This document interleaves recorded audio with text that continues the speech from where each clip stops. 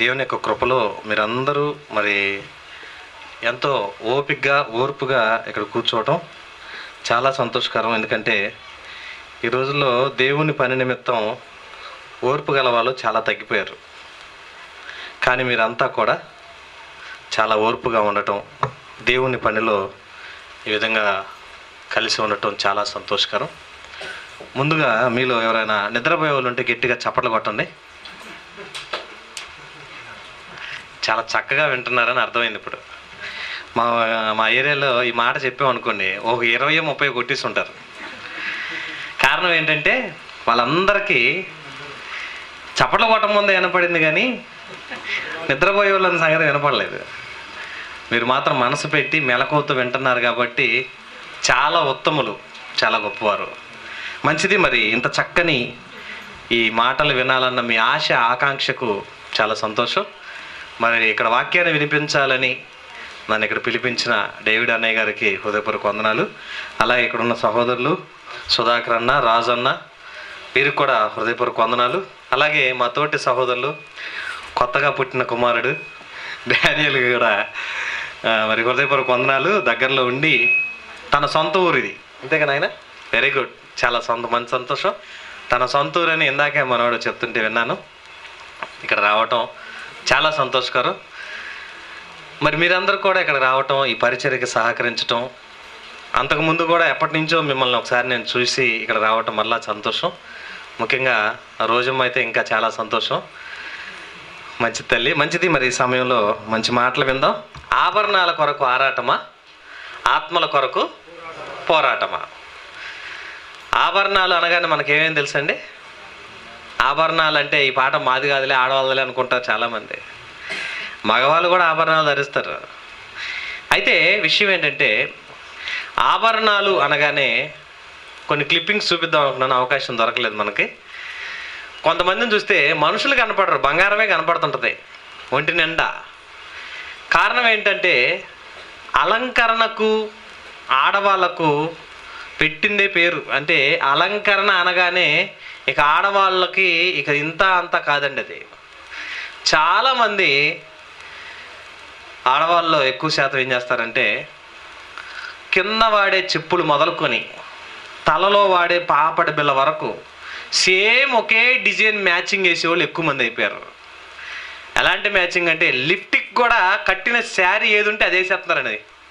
ఒకప్పుడు లిప్టిక్ అంటే ఎర్రగా రుద్దుకునేవాళ్ళు. ఇప్పుడు అలా కాదు, ఏ శారీ కడితే ఆ లిప్టిక్ వేసేస్తున్నారు. మనుషుల యొక్క ఆలోచన ఏంటంటే, కొంతమంది అద్దం చూడందే బయటికి రాని వాళ్ళు ఎక్కువ మంది. ముందు లేవగానే వాళ్ళ ముఖానికి అద్దంలో చూడాలి, ముఖం అద్దంలో చూసుకొని ఎలా ఉన్నానో. ఇంకోటి ఏంటంటే, అలంకరణ చేయింది ముద్ద కూడా దిగన ఆడవాళ్ళు ఇంకా ఎక్కువ మంది ఉన్నారు. అంటే భూమి మీద మానవ ఆయుష్కాలంలో దేవుడు మనకిచ్చిన ఈ జీవిత కాలంలో ఎక్కువ మంది కేవలం ఈ శరీరాన్నే ప్రేమించే వారు ఎక్కువైపోయారు. శరీరాన్ని ప్రేమించే మనసుతో, శరీరాన్ని ప్రేమించే అనురాగపు ఆప్యాయతలో దేవుణ్ణి వదిలేశారు, లోకాన్ని వెంబడించారు. ఇక ఆభరణాలు అనగానే శరీరంలో ఉన్నటువంటి ఏది ఖాళీగా ఉండకూడదు. మెడ ఖాళీగా ఉండక మెడకు తగిలిచ్చేసాం, చెవులు ఖాళీ లేకుండా చెవులకు తగిలిచ్చేశారు, తల మీద కూడా వదిలిపెట్టకుండా తల. ఈ మధ్యకాలంలో జడ కూడా అండి, ఆడవాళ్ళు జడ ఎలా ఉందో జడ క్లిప్పులతో సహా పైనుంచి కింద వరకు జడ ఎంత పొడుగుంటే అంత పొడుగు బంగారాన్ని తయారు చేసేసారు. నడుముకు వడ్రాణాలు, కాళ్ళకు పట్టీలు, ఇలా శరీరంలో ఉన్న ప్రతి అవయవానికి ఒక్కొక్క ఆభరణాన్ని తయారు చేసేసుకొని దీన్ని ధరించుకోవాలి, దీన్ని వెంబడించాలి, ఇది చెయ్యాలని కేవలం తన బ్రతుకు కాలం అంతా కూడా ఆభరణాల మోజులో పడి చాలామంది దేవుడికి కాకుండా పోతున్నారు. ఎక్కువ మంది వారి ఆలోచన ఏంటంటే శరీరం శరీరం శరీరం. దీనికోసం ఏం పెట్టాలి? భర్త సంపాదన అంతా చాలామంది ఆడవాళ్ళు ఆభరణాలు కొనడమే సరిపోద్ది. మరికొంతమంది అయితే ఈ శరీరానికి సంబంధించిన చీరలు, ఒక్కొక్కరు చీర అయితే 500 అంట, దాని మీద వేయించే డిజైన్ ఏమో 7,000 అంటండి. చూసారండి, చీర ఖరీదు 250 నుంచి ప్రారంభం ఉంచి ఖరీదు ఎంతంటే 13-14 వేల రూపాయలు పెట్టి అల్లికలు. దేనికి ఇదనంటే ఆభరణాలు, అలంకరణ కోసం. ఇలా శరీర సంబంధమైన అలంకరణ కోసం ఎంత అంత కాదండి, ఎంతైనా ఖర్చు పెడుతున్నారు మనుషులు. దేనికండి ఎంత ఖర్చు పెడుతున్నారు అని అడిగితే ఈ శరీరం ఒప్పుకోదండి. చాలామంది ఏమంటారు తెలుసా, ఏమాత్రం ఒక డిజైన్ తేడా వచ్చినా, ఒక రంగు తేడా వచ్చినా, ఒక మ్యాచింగ్లో చిన్న తేడా వచ్చినా శరీరం ఒప్పుకోదు. ఎందుకంటే శరీరానికి అనుకూలం అయిపోయాం మనం అంతా, శరీరానికి ఇష్టపడిపోయాం, శరీర కోరికలు నెరవేర్చుకుంటాం కనుక ఎంత అంత కాదు, ఎంతైనా పెడతాం దీనికి ఖర్చు. అయితే భూమి మీద ఉన్నటువంటి దేవుని ప్రజలైనటువంటి వారందరూ కూడా నా వైపు ఎక్కువ తిరగాలి అని దేవుడు తన ఆలోచనతో మనలందరినీ తన వైపు నడిపించుకోవడం కోసం ఎన్నో ప్రయత్నాలు చేశాడంటే, ఈ ప్రయత్నాల్లో ఇశ్రాయేలీలు దేవుని మాట వినకపోబట్టే, వీళ్ళు మారలేదు, మాటల వింటలేదని దేవుడు ఏం చేశాడంటే వీళ్ళని ఐగుప్తు దేశానికి బానిసలుగా వదిలేశాడు. ఈ బానిసలుగా ఉన్న వీళ్ళు 430 సంవత్సరాలు బానిసలుగా ఉండి 430 సంవత్సరాల తర్వాత వీళ్ళు దేవునికి మొరపెట్టి ఏడ్చి బాధపడితే అప్పుడు దేవుడు ఏం చేశాడంటే వీళ్ళని ఐగుప్తు దేశం నుంచి బయట తీసుకొచ్చాడు. అప్పటికి వీళ్ళు ఏం చేశారో తెలుసా, ఒక 6 నెలలు సహవాసం చేస్తే వీళ్ళు వాళ్ళన్నా కానీ వాళ్ళు వీళ్ళు అన్నా కానీ మారతారంటారండి పెద్దలు. ఒక 6 నెలలు మనతో 10 మందిని 6 నెలలు మనతో తిప్పుకున్నాం అనుకోండి, వారు కూడా ఏం చేస్తారు, తర్వాత వారు కూడా మనతో పాటు దేవుని సన్నిధికి ప్రార్థనకు వస్తాం అలవాటు అవుతారు. లేదా మనమే ఒక 6 నెలలు వేరే వాడితో చేశారనుకోండి, ఒంటరిగా వెళ్ళి కొంతకాలానికి ఏమవుతుంది, వీడు ప్రార్థన మానేసాడంటే ఏమైపోయినట్టు, ఇతను అతనితో కలిసిపోయినట్టు అని అర్థం. నీ దగ్గర బలం లేదు, వాడిలాగా మారిపోయావు. ఐగుప్తులో ఉన్నటువంటి వీళ్ళు కూడా 430 సంవత్సరాలు ఉండేపాటికి అక్కడున్న విగ్రహారాధనలకు అలవాటు పడిపోయారు, అక్కడున్న ఆభరణాల మీద మోజు పెంచుకున్నారు, అక్కడ ఉన్నటువంటి అలంకరణ ధరించడం ప్రారంభించారండి. ఎవరో తెలుసా వీళ్ళు? ఇశ్రాయేలీలు. ఇశ్రాయేలీలు కూడా ఎలా చేస్తారా అని అంటే ఇశ్రాయేలు కూడా సేమ్ అదే చేశారండి. దేవుడు చెయ్యమన్నది చేయక దేవుని యొక్క ఉగ్రతకు లోనయ్యి భయంకరమైన బాధలు అనుభవించిన తర్వాత అప్పుడు దేవుడు గుర్తుకొచ్చి వీళ్ళకి దేవుని దగ్గర క్షమాపణ కోరి పశ్చాత్తాపడి ప్రార్థనలు చేసినప్పుడు దేవుడు వీరి కోసం మోషేని పుట్టించి మోషే ద్వారా వీళ్ళని ఇశ్రాయేలీయులను బయటకు తీసుకొచ్చాడు. బయటకు తీసుకొచ్చినాక వీళ్ళు ఏం చేశారో తెలుసా, ఈ బయటకు వచ్చేటప్పుడు మన వస్తువులు మనం తెచ్చుకుంటాం కదండి, అందులో ముఖ్యంగా ఏం తెచ్చుకుంటాం, బంగారాన్ని వదిలిపెడతారు ఎవరన్నా, వాటి మీద ఎంత మోజు అంటే అన్నీ తెచ్చేసుకున్నారండి. ఇలా తీసుకొని వీళ్ళు ప్రయాణాలు చేసుకుంటూ వెళ్ళిపోతుంటే జరిగిన ఒక సంఘటన గురించి బైబిల్లో ఒక మాట ఉందండి. నిర్గమాకాండం చూడండి, బైబిల్ 33వ అధ్యాయము 1 నుంచి 1వ వచనం 6వ వచనం చూద్దాం. నిర్గమాకాండము 33వ అధ్యాయం. మరియు యెహోవా మోషేతో ఇట్లనెను, నీవు ఐగుప్తు దేశము నుండి తోడుకొని వచ్చిన ప్రజలను బయలుదేరి నేను అబ్రహాముతోనూ ఇసాకుతోనూ యాకోబుతోనూ ప్రమాణము చేసి నీ సంతానమునకును నేనిచ్చేదనని చెప్పిన పాలు తేనెలు ప్రవహించు దేశమునకు లేచిపోండి, నేను నీకు ముందరగా దూతను పంపి కనానీయులను, అమోరీలను, హిత్తీలను, పెరిజ్జీలను, హివ్వీలను, ఎబూసీలను వెళ్ళగొట్టెదను. మీరు లోబడనొల్లని ప్రజలు గనుక నేను మీతో కూడా రాను. నేను మీతో రాను, మీరు ఆ మాట వినరు. మీకు మాత్రం అందరిని అప్పగిస్తాను, అందరూ మీ చేతులు పెడతాను, మీతో పాటు నేను రాను అని కిందకి అంటున్నాడు. త్రోవలో మిమ్మల్ని సంహరించేదను, ఎందుకంటే నేను గనక మీతో గనక వచ్చానంటే మీరు చేసే పనులు చూసి నాకు కోపం వచ్చేసిద్ది, నేను ఇంకా తట్టుకోలేను, మిమ్మల్ని చూసి మీరు తట్టుకోలేను. కాబట్టి చాలామంది తల్లిదండ్రులు ఏమంటారు తెలుసా అండి, నువ్వు నా కళ్ళ ముందు కనపడమాకరా అంటారండి. ఎందుకంటే వాడు కనపడితే వాడు చేసే పనులు వీళ్ళకి నచ్చవు, అందుకని వీడు మారడని వీళ్ళే పారిపోతారు. చాలామంది చూశారు తల్లిదండ్రులు, తండ్రి వస్తే కొడుకు ఇంట్లో ఉన్నాడు, కొడుకు వస్తే తండ్రి ఇంట్లో ఉన్నాడు. ఎందుకు? వీడు చేసే పనులు ఆయన నచ్చవు, వాడిని చూస్తుంటే నేను చూడబుద్ధి కావట్లేదని తండ్రి ఇంట్లో నుంచి బయటికి వెళ్ళిపోతాడు. వాడు నిద్రపోయిన తర్వాత వస్తాడు, అప్పుడు తిని పడుకుంటాడు. లేదా పిల్లలు ఏం చేస్తారో తెలుసా, అమ్మో నాన్న ఉన్నాడు ఇంట్లో అని వాళ్ళు రారు, ఆయన పడుకున్నాక వస్తుంటారు. ఎందుకంటే వీళ్ళ పనులు వ్యతిరేకంగా ఉంటాయి. ఇశ్రాయేలును చూసినప్పుడు కూడా దేవునికి వీళ్ళ పనులు వ్యతిరేకంగా ఉండి వీళ్ళకి నచ్చలేదు, ఆయనకు నచ్చలేదు. నేను కనుక మీతో పాటు ఉంటే మీరు బతకలేరు కాబట్టి, మిమ్మల్ని ఎక్కువ కాలం నేను చూడలేను కాబట్టి మీతో నేను రాను అని అన్నాడండి. అని కిందకి అంటున్నాడు, అని మోషేతో చెప్పాను.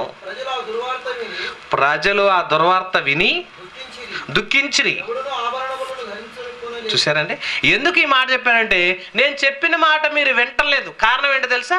మీరు నా మీద మోజు ఎక్కువ పెట్టలేదు. ఎవరి మీద మోజు పెట్టారు తెలుసా? ఆభరణాల మీద మోజు పెట్టేశారు. అలంకరణ మీద ఆలోచన వచ్చేసింది. చూడండి, బంగారం వేసుకొని ప్రార్థనకు వచ్చారు అనుకోండి, ఎలా ఉంటుంది మైండ్? చుట్టుపక్కల వాళ్ళందరూ నన్ను చూస్తున్నారా లేదా, నన్ను అడుగుతారా లేదా, ఈ నెక్లెస్ ఎప్పుడు చేయించావు అక్క, ఈ మరి తాడు ఎప్పుడు చేయించావు అక్క, ఈ చైన్ అంత అయింది అక్క అని అడుగుతారేమోనని దాని మీద మనసు పెట్టుకొని బతుకుతారు. మరికొంతమంది దీన్ని ఎవరైనా కొట్టేస్తారేమో ఆలోచనతో వీళ్ళు ఉంటుంటారు. వీళ్ళకి కూడా ఏమైందంటే, ఈ ఇశ్రాయేలులో వీళ్ళ పరిస్థితిని కూడా చూసి దేవుడు వీళ్ళకి ఉదయం లెగిస్తే అలంకరణ మీద మోజు, ఆలోచన, తలంపులు, ఉద్దేశాలు ఇవన్నీ అలా ఉంటాయి. ఏమంటే ఆడవాళ్ళకు పెట్టే ఖర్చు మగవాళ్ళకు పెడితే ఏమైందంటే, చాలామంది సామెత పడుతుంటారు, మీ బ్యూటీ పార్లర్కి అయ్యే ఖర్చు పెడితే మాకు మాత్రం జీవితాంతం జరిగిపోద్ది అని అంటారండి. వాళ్ళ ఖర్చు ఎంత ఉంటుంది, ఎంత అంత కాదండి. అందుకని ఆ మైండ్తో ఉన్నటువంటి వ్యక్తులుగా ఉన్న వీళ్ళను చూసి దేవుడికి నచ్చక మీ వెంట నేను రాను అనేపాటికి వీళ్ళు బాధపడి ఏడ్చి ఏం చేశారు చూడండి, అక్కడ వారు ఆభరణములను ధరించుకొనలేదు. చూసారండి, వాళ్ళు ఆభరణాలను ధరించుకోకుండా ఉండటం బట్టి దేవుడు ఇష్టపడ్డాడు. ఎందుకంటే వీళ్ళు చేసే పనిని పెట్టి దేవుడు కోపం వచ్చేసింది. కిందకి అంటున్నాడు చూడండి, కాగా యెహోవా మోషేతో ఇట్లనెను, నీవు ఇశ్రాయేలుతో మీరు లోబడనల్లని ప్రజలు ఒక్క క్షణమాత్రము నేను మీ నడుముకు వచ్చితినా మిమ్మును నిర్మూలము చేసేదను గనక మిమ్మును ఏమి చేయవలనో అది నాకు తెలియనట్లు మీ ఆభరణములను మీ మీద నుండి తీసివేయడని చెప్పుకొను. కాబట్టి ఇశ్రాయేలీయులు హోరేబు కొండ యొద్ద తమ ఆభరణములను తీసివేసిరి. ఆభరణాలు తీసేశారా, పారేశారా? ఏం చేశారండి? తీసి దాచుకున్నారు. చాలామంది ప్రార్థనకు వచ్చేటప్పుడు కూడా చాలామంది అంటారు, ఏవి లేని వాళ్ళు వస్తారండి. మన వాళ్ళ బండారం బయటపడాలంటే పెళ్ళిళ్ళకి వెళ్తే చూడాలి. ప్రార్థనా పరురాలు మన యొక్క ప్రార్థన భక్తి ఎలా ఉంటుందని అంటే, ప్రార్థనకు వచ్చేటప్పుడు ఉన్న అలంకరణ వేరుగా ఉంటుంది. ఏదైనా పెళ్ళికి వెళ్ళినప్పుడు ఎలా ఉంటుంది మన బతుకు? అప్పుడు కనపడతారండి దివ్య మంగళ స్వరూపం. ఎలా ఉంటుంది తెలుసా? టాప్ టు బాటం, అంటే కింద నుంచి పైదాకా ఆభరణాలన్నీ దిగేసుకుని ఉంటారు. ఏమైనా మనకు ప్రార్థనకు వచ్చామే అనిపిస్తుందండి. వాళ్ళు చూస్తే ఎలా ఉంటుంది తెలుసా? ఎలా ఉంటుంది? అలంకరణ కింద అంత కాదండి. కొన్ని ఫోటోలు చూస్తే మీరు ఆశ్చర్యపోయేవాళ్ళు. ఇప్పుడు ఆ బంగారం కొట్లో ఉన్న బంగారం అంతా ఇవ్వాలి కానీ పెట్టుకోని అనేవాళ్ళు ఎవరున్నారు చెప్పండి? అంత దిగేస్తారండి. అందుకనే దేవుడు ఈ అలంకరణ చూస్తే వీళ్ళు నాకు నచ్చట్లేదు, వీళ్ళ అలంకరణ నాకు వద్దు, ఇలా ఉంటే నేను మీతో రాను అన్నాడు. ఆ మాట దేవుడు అన్నాడని వీళ్ళు ఏం చేశారు? దాన్ని తీసి దాచారా కానీ దాన్ని తీసి పారేశారా? చేయలేదు. ఎందుకంటే దాని మీద మోసు. ఏమంటే ఇంట్లో ఏ వస్తువు అయినా ఎక్కడ దాచిపెడతాం తెలుసండి? ఏ వస్తువు అయినా ఆడైనా పడేస్తాం. బంగారాన్ని మాత్రం ఎక్కడ పెడతాం? ఓ చక్కని బీరువా కొని దానికి తాళం తీసి పైన అరల్లో బట్టలు పెడతాం, లోపల ఇంకో లాకర్ ఉంటుంది, ఆ లాకర్లో ఓపెన్ చేస్తాం. దాని లోపల ఇంకో లాకర్ ఉంటుంది, ఆ లాకర్లో అందులో ఒక చిన్న పెట్టి ఆ పెట్టెని తీసుకెళ్ళి ఆ పెట్టెలో పెట్టి దానికి తాళం వేసి పై తాళం మళ్ళీ దేసి దాన్ని 2 రెక్కలేసి మళ్ళీ తాళం వేస్తాం. బంగారానికి ఎంత విలువ ఇచ్చాం మనం? బైబిల్కి అయితే పొంతకొండమే మూతగా వాడుకుంటారు, తల కింద దిండుగా వాడుకుంటారు. ఇంకొంతమంది అసలు బైబిల్ చూస్తేనే మన చరిత్ర బయటపడుద్ది. మీ బైబిల్ ఓపెన్ చేసి చూసుకుంటే మీరు బైబిల్లో ఎంత ఎదిగారో అర్థమైపోద్ది. మీ బైబిల్ బాగా నలగకుండా ఇస్త్రీ చేసినట్టు ఉంచుద్దండి కొంతమంది బైబిల్లో. ఎందుకనంటే అందులో ఒక పొల్లు కానీ ఒక సున్నా కానీ దేవుడు తీయొద్దు అన్నాడని ఒక అండర్లైన్ కూడా చేయడు. దాన్ని ఎలా మడత పెట్టారో అలాగే ఉంటారు. అంటే మీరు బైబిల్లో అది ఓపెన్ చేసి చూస్తే ఏమైంది? మీరు దేవుళ్ళు ఎంత ఎదిగారో అర్థమైపోద్ది. మీ బైబిలే మీ సాక్ష్యం. ఏమని? మీ బైబిల్ బాగా ఎంత అయితే అండర్లైన్లు ఎన్ని నలిగిపోయినాయో ఎంత ఉందో మీకు బైబిల్లో అంత అనుభవం ఉందని అర్థం. మీ బైబిల్ ఎంత శుభ్రంగా నీట్గా ఉందనుకో మీ బైబిల్లో మీకు వచ్చిన మార్కులు అన్ని 0 అని అర్థం. కానీ ఇక్కడ ఇశ్రాయేలు కూడా ఏం చేశారు తెలుసా? దేవుడు తీసేయమన్నాడు కానీ పై తీసేసి లోపల దాచేసారు, కానీ లోపల మనసులోంచి తీసేయలేదండి. వీళ్ళు తీసేసేయలేదు. వీళ్ళు మారలేదని దేవుడు ఏం చేశాడంటే సినాయి పర్వతం మీద మోషేని పిలిచి కూర్చోబెట్టి నీకు మాట్లాడాలి నీతో అన్నప్పుడు ఈయన పైకి వెళ్ళి 40 దినాలు ఉపవాసం ఉండి ప్రార్థన చేస్తుంటే వీళ్ళందరూ కలిసి ఈ మోషే ఎడిపోయాడు, ఏం చేశాడో మాకు అనవసరం అని అహరోనుకి ఇచ్చినటువంటి అధికారాన్ని బట్టి వీళ్ళంతా కలిసి బంగారం అంతా కూడగట్టారండి. వాళ్ళందరూ తలా కాస్త బంగారం ఇచ్చారు. అంతా ఇస్తారా కొంత ఇస్తారా? బంగారంతో ఒక దేవుడిని దేవతను మనం చేసుకుందామని. అంటే వాళ్ళ మనసులో ఏం లేదు? దేవుడి మీద మైండ్ లేదు. ఇశ్రాయేలీలందరూ ఐగుప్తులో నుంచి వచ్చారు కాబట్టి వాళ్ళ మనసు అంతా ఎక్కడుంది? ఐగుప్తులో ఉన్నటువంటి ఆచారాల పద్ధతుల మీదే ఉంది. చాలామంది చూశారండి. ఈ మధ్య ఒక ఆయన అన్నాడు, యేసుప్రభు ఆయనేం దేవుడు అండి, ఆయన దగ్గర ఏముంది, ఆయన మెడలో బంగారం లేదు, ఆయన కూర్చోడానికి సింహాసనం లేదు, ఆయనకు ఒక పెద్ద భయంకర అలవాటు లేదు, ఏమీ లేదు, ఆయన ఏం లేదు, సాదాసీదా బట్టలు, ఆయన దగ్గరే ఏమి లేదు, మనకేం ఇస్తాడు అంటున్నారు వాళ్ళు.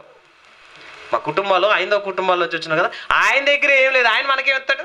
మనం దమ్మిన దైవంలో అయితే ఎలా ఉంటుంది తెలుసా, పైనుంచి కింద బంగారం ఉంటుంది, పట్టు వస్త్రాలు ఉంటాయి. చూసారా, పట్టు వస్త్రాలు, మనకేమో కట్టు వస్త్రాలు అని అంటున్నాడు ఒక ఆయన. ఒక 5వ సోదరుడు ఏమన్నాడు తెలుసా, ఈయన కట్టు వస్త్రాలండి, మన దేవుడికి పట్టు వస్త్రాలు అని అంటున్నాడు.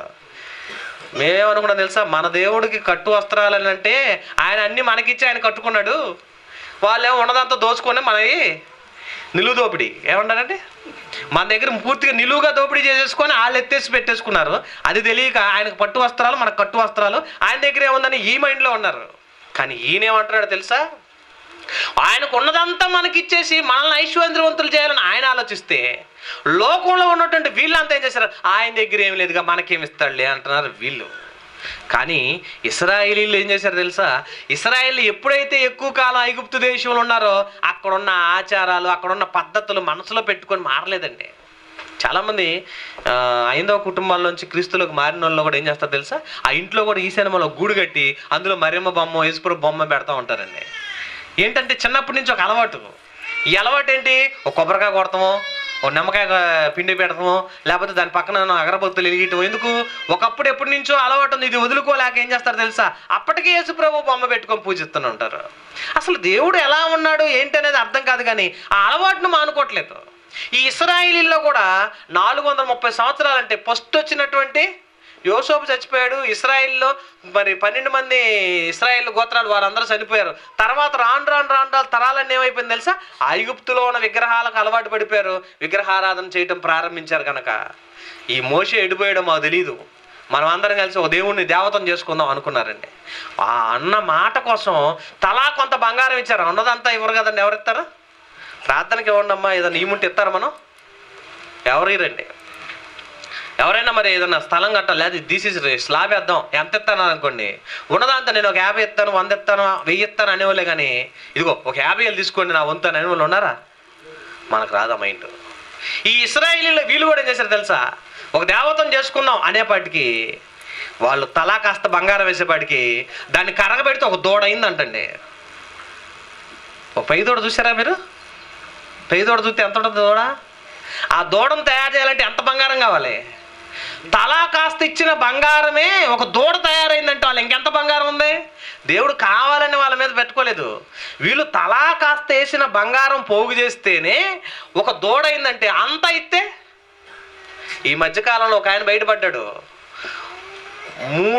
దాదాపు 1000-1200 టన్నులు 1200 క్వింటాల బంగారం ఉందంట ఒక్కరి దగ్గరే. దాదాపు 2100-1200 క్వింటాలేమో అంత బంగారం దాచిపెట్టాడు ఒక్కడే. రష్యాలో ఉన్నటువంటి ఒక అధికారి, రష్యాలో ఉన్నటువంటి కమ్యూనిస్ట్ అధికారి, మళ్ళీ అందులో కమ్యూనిస్ట్ వాళ్ళు అంటే అసలు ఏం దాచుకోరు, కానీ ఆయనే దాచాడంటే అన్ని టన్నుల బంగారాన్ని దాచిపెట్టాడంటే ఏం చేసుకుంటాడు ఒక్కడే. మరి భూమి మీద ఉన్నటువంటి మనకి ఇశ్రాయేలుని చూసుకోడు దేవుడు, వీళ్ళు తలా కాస్త ఇచ్చిన బంగారం ఎంత ఉందంటే వీళ్ళ దగ్గర ఎంత ఉంది, కుప్పల బంగారం ఉంది. బంగారాన్ని మీద అంత మోజు పెట్టేదని దేవుడి మీద మనసు ఉండదు. ఎందుకు ఈ మాట దేవుడికి ఇష్టం లేదంటే, నీ ధనం ఎక్కడ ఉండునో నీ మనసు అక్కడ ఉండును. జేబులు కూడా ఎక్కడ పెడతారో తెలుసండి, మగవాళ్ళకి ఎడం చేతి వైపు గుండెల మీదే పెడతారు. ఎందుకు, ఈ గుండెల మీద కనుక డబ్బులు ఉంటే గుండె టక్క టక్క టక్క చక్క కొట్టుకుంటుంటుంది. ఈ పై గుండె మీద కనుక జేబులో డబ్బులు లేదనుకోండి ఏముంటుంది, ఇది ఎప్పుడు అయిపోద్దామో భయం. కరెక్ట్గా గుండెల మీదే కుట్టాడు. ఆ కుట్టే దర్జీకి కూడా మరి ఎక్కడొచ్చిందో మైండ్, కానీ ఈ జేబులో డబ్బులు ఉంటేనే కానీ గుండె కొట్టుకోదేమో అన్నటువంటి ఆలోచన. ఇశ్రాయేలీలు కూడా ఆభరణాల మీద అంత ఆలోచన అండి, ఆభరణాల మీద అంత ఆలోచన పెట్టేబడికి వీళ్ళకున్న ఈ మైండ్ను చూసిన దేవుడు, మీరంటే నాకు నచ్చలేదు, నేను మీతో రాను, మీరు చేసే పని నాకు నచ్చలేదు, మీరు ముందు బంగారాన్ని తీసేయండి తీసి దాశారే కానీ పారేయలేదండి. ఎప్పుడైతే మోషే కొండ మీదకి వెళ్ళి 40 దినాలు ఉపవాసం ఉన్నాడో ఆ టైంలో వీళ్ళు చేసిన పని ఏంటో తెలుసా, ఈ ఉపవాసం ఉన్న దినముల్లో ఈ మోషే వస్తాడో రాడో మాకు తెలియదని ఒక బంగారపు దూడను చేసి ఆ బంగారపు దూడని ఎగురుతూ గంతులేదు, అదే మా దేవతాన్ని ఎగిరారండి. ఇంకా దేవుడు కోపం వచ్చేసింది. ఎందుకంటే తెలుసా, ఈ శరీరంలో ఉన్న ఈ మనుషులకు ఆభరణాల మీద ఉన్న మోజు అర్థం కాలేదు. దేవుడేమనుకుంటున్నాడు? దేవుడే మనలో ఒక ఆభరణంగా చేద్దామని ఆయన అనుకుంటుంటే వీళ్ళు శరీరాన్ని ఒక ఆభరణాలు ధరించుకునే విధంగా పిలుచుకున్నారు, కానీ దేవుని ఆలోచన పక్కన పెట్టారండి. అందుకే దేవుడు వీళ్ళను చూసి, వీళ్ళు చేసే పనులను చూసి దేవుడు కోపం వచ్చేసి వీళ్ళతో ఒక మాట అన్నాడండి. దినవృత్తాంతాలు మొదటి గ్రంథం 16వ అధ్యాయము, దినవృత్తాంతాలు మొదటి గ్రంథము 16వ అధ్యాయము 29వ వచనం చూడండి. 16వ అధ్యాయం 29. యెహోవా నామమునకు తగిన మహిమను ఆయనకు చెల్లించుడి, నైవేద్యములు చేతపుచ్చుకొని ఆయన సన్నిధికి చేరుడి, పరిశుద్ధ అలంకారమగు ఆభరణములను ధరించుకొని ఆయన ఎదుట సాగిలపడుడి. ఏమన్నాడు? పరిశుద్ధ అలంకారమగు ఆభరణములు. ఆభరణాలంటే ఏంటంట? పరిశుద్ధంగా ఉండటానికి నీకు అలంకరణగా కొన్ని ఆభరణాలు ఇచ్చాను, అవి ధరించుకోండి. అవి ధరించుకోమంటే వీళ్ళు ఏమవుతున్నారు తెలుసా? శరీర అలంకారమైన అలంకారం ధరించుకుంటున్నారండి. ఈ మధ్యకాలంలో చాలామంది మన క్రిస్టియన్స్లో కూడా మ్యారేజ్ ఏం చేస్తున్నారు తెలుసా? ధనవతి అయిన భార్యను చేసుకుందాం అంటున్నారే కానీ గుణవతి అయిన భార్య కోసం ఎతికేవాళ్ళు లేరండి. కానీ గుణవతి అయిన భార్య కావాలని ఎతికే పురుషుడు ఎవరన్నా కనపడ్డా? నాకు మంచి గుణవంతురాలు కావాలండి, సేవ చేసే కావాలి, దేవుని పరిచయంలో ఉపయోగపడాలి, దేవుడు అంటే పడిచచ్చే అమ్మాయి ఉంటే చేయాలి అని అంటారా? కాదు. అమ్మాయి కుంటమ్మాయి అయినా, గుడ్డమ్మాయి అయినా, మోగైనా, చెవిటైనా, అవుటైనా బాగా ధనవంతురాలు కావాలి. ధనవంతురాలైతే ఈ మధ్యకాలంలో ఒక ఆమె పెళ్లి సంబంధాల గురించి ఫోన్ చేసింది. ఏమని తెలుసా? అత్తామామలేని పెళ్లి సంబంధం ఉంటే చూడండి అండి అంటున్నారండి. ఏ సంబంధం కావాలంటే నీళ్ళకి అత్త ఉండకూడదు, మామ ఉండకూడదు, కొడుకు ఒక్కడు ఉంటే చాలు. అత్త మామ లేని సంబంధం ఉంటే చూసి పెట్టమన్నారు. అత్త మామ లేకపోతే పరిస్థితి ఏంటి ఆయన? ఎవరు చూస్తారని అంటే అడ్డం అంటండి వాళ్ళకి. అత్త మామ అడ్డమైపోయారు. సంబంధాల పరిస్థితులు కూడా, సమాజం పాడైపోయింది కనుక ఈ లోకంలో ఉన్న మనుషుల విషయాలు, ఆలోచనల పద్ధతులు మారిపోయి ఈ శరీరాల్లో ఉన్న మోజు ఎంత అంత కాకుండా అయిపోయిందండి. అందుకనే వీళ్ళతో ఉన్నాడు, మీరు పరిశుద్ధ అలంకారముగా ఆభరణాలు ధరించుకోండి. పరిశుద్ధ అలంకారమైన ఆభరణాలు అంటే శరీరంలో ఉన్నటువంటి అన్ని ఆభరణాలు కలిపి ఆభరణాలకి లోకంలో ఉన్న ఆభరణాలకి తేడా ఉంది. దేవుడు చేసేటువంటి ఆలోచన వేరు, మనుషుల ఆలోచన వేరు. మన ఆలోచనలు అన్నీ ఎలా ఉంటాయి తెలుసా? ఏది కావాలి, ఏం తిన్నాం, ఏం త్రాగుదాం, ఇదే ఆలోచిస్తారు. దేవుడు ఏమంటాడు తెలుసా? ఏ మనిషిని రక్షిద్దాం, ఏ ఆత్మను రక్షిద్దాం, ఏ మనిషికి దేవుని వాక్యం చెప్పిద్దాం, ఎవరి ద్వారా దేవుని మనిషి ఒక ఆత్మను కాపాడుకుందాం అని ఆయన ఆలోచన. మనం ఎప్పుడైనా దేవుణ్ణిలో ఎదగనంత కాలం దేవుని పరిచర్య కానీ పని కానీ మనకు అబ్బదండి. ఎందుకు అబ్బదు అని అడిగితే, ఈ లోకం మీద ఉన్న మనస్సు పోనంత వరకు, ఈ లోకంలో ఉన్న వాటిని విడవనంత వరకు దేవుని పరిచయం అర్థం కాదు. అందుకని ఇశ్రాయేలు చేస్తున్న వీళ్ళ ఆలోచన అంతటిని చూసి మోషేతో చెప్పాడు, వీళ్ళు ఆభరణాలు ధరించుకొని వచ్చారా, నేను వీళ్ళతో ఉండను. వీళ్ళు చేసే పనులు నాకు నచ్చట్లేదు, వీళ్ళు చేసే కార్యక్రమాలు నచ్చట్లేదు. ఎందుకు?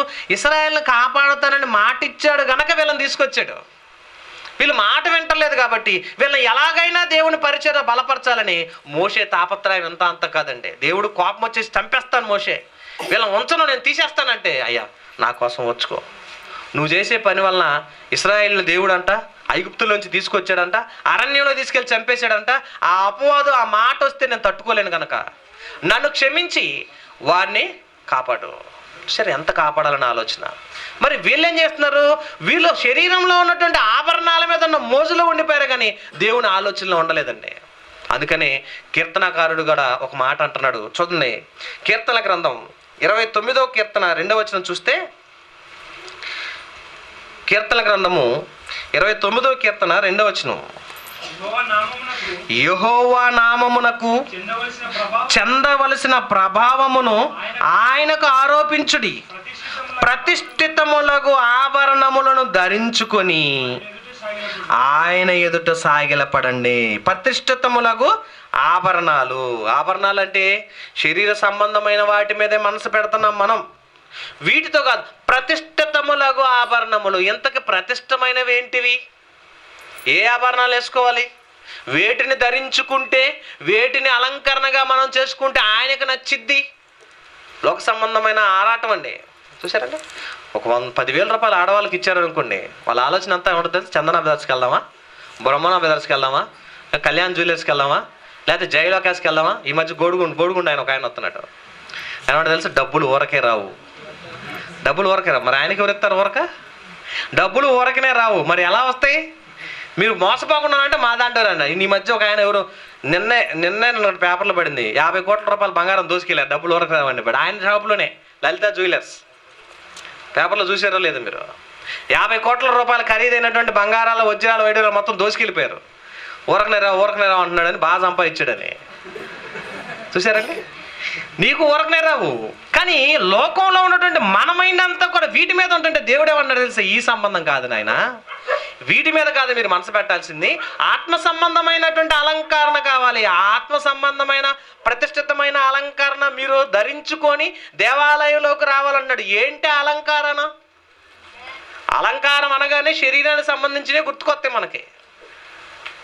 అన్నిటి మీద మనసు పెడతాం, వీటన్నిటినే ధరించుకుందాం. ఎంత ధరించుకుంటే అంత మోసు. ఏమన్నా వద్దంటదా? ఏమన్నా ఈ సంవత్సరానికి సరిపాను, నా జీవితానికి సరిపాను, ఇగో చిన్న తాడు కొనిపెట్టాడు మా ఆయన, చాలే అనుకుంటుంది శరీరం. వద్దు, ఈ కమ్మెలు మార్చేయాలి, ఇవి బాగా పాత అయిపోయి కొత్త వెరైటీ కావాలి, ఇంకో కొత్త వెరైటీ రంగాలి, వాటిని మార్చాలి. శరీరంలో చాలామంది క్రైస్తవులండి దేవుని నమ్మి కూడా, దేవుని సేవలో ఉంటూ కూడా వీటిలో ఉన్నామన్న పేరుంది కానీ వీటిని ధరించుకున్న తర్వాత దేవుని కాకుండా పోయారండి. అప్పులు చేసి ఆభరణాలు కొని శరీరానికి సంబంధమైన ఎన్నో అవసరాలు తీర్చుకొని దేవుడు కాకుండా పోతున్నారు. అందుకని దేవుని యొక్క వాక్యం అంటుంది, పరిశుద్ధమైనటువంటి ప్రతిష్ఠితములకు ఆభరణములు ధరించుకొని ఆయన ఎదుట సాగిలపడండి. ఆయన ఎదుట సాగిలపడాలంటే ఏం చేయాలి? ఎలాంటి ఆభరణాలు ధరించాలంటున్నాడు? సామెతల గ్రంథం 25వ అధ్యాయము 12వ వచనం చూడండి. సామెతల గ్రంథం 25వ అధ్యాయము 12వ వచనంలో మంచి మాట అంటున్నాడు. బంగారు కర్ణభూషణం ఎట్టిదో. ఏమండి? బంగారపు కర్ణభూషణం అంటే కంఠాన్ని ధరించుకుంటాం, బంగారం పెట్టుకుని ఈ ఆభరణం ఎట్టిదో,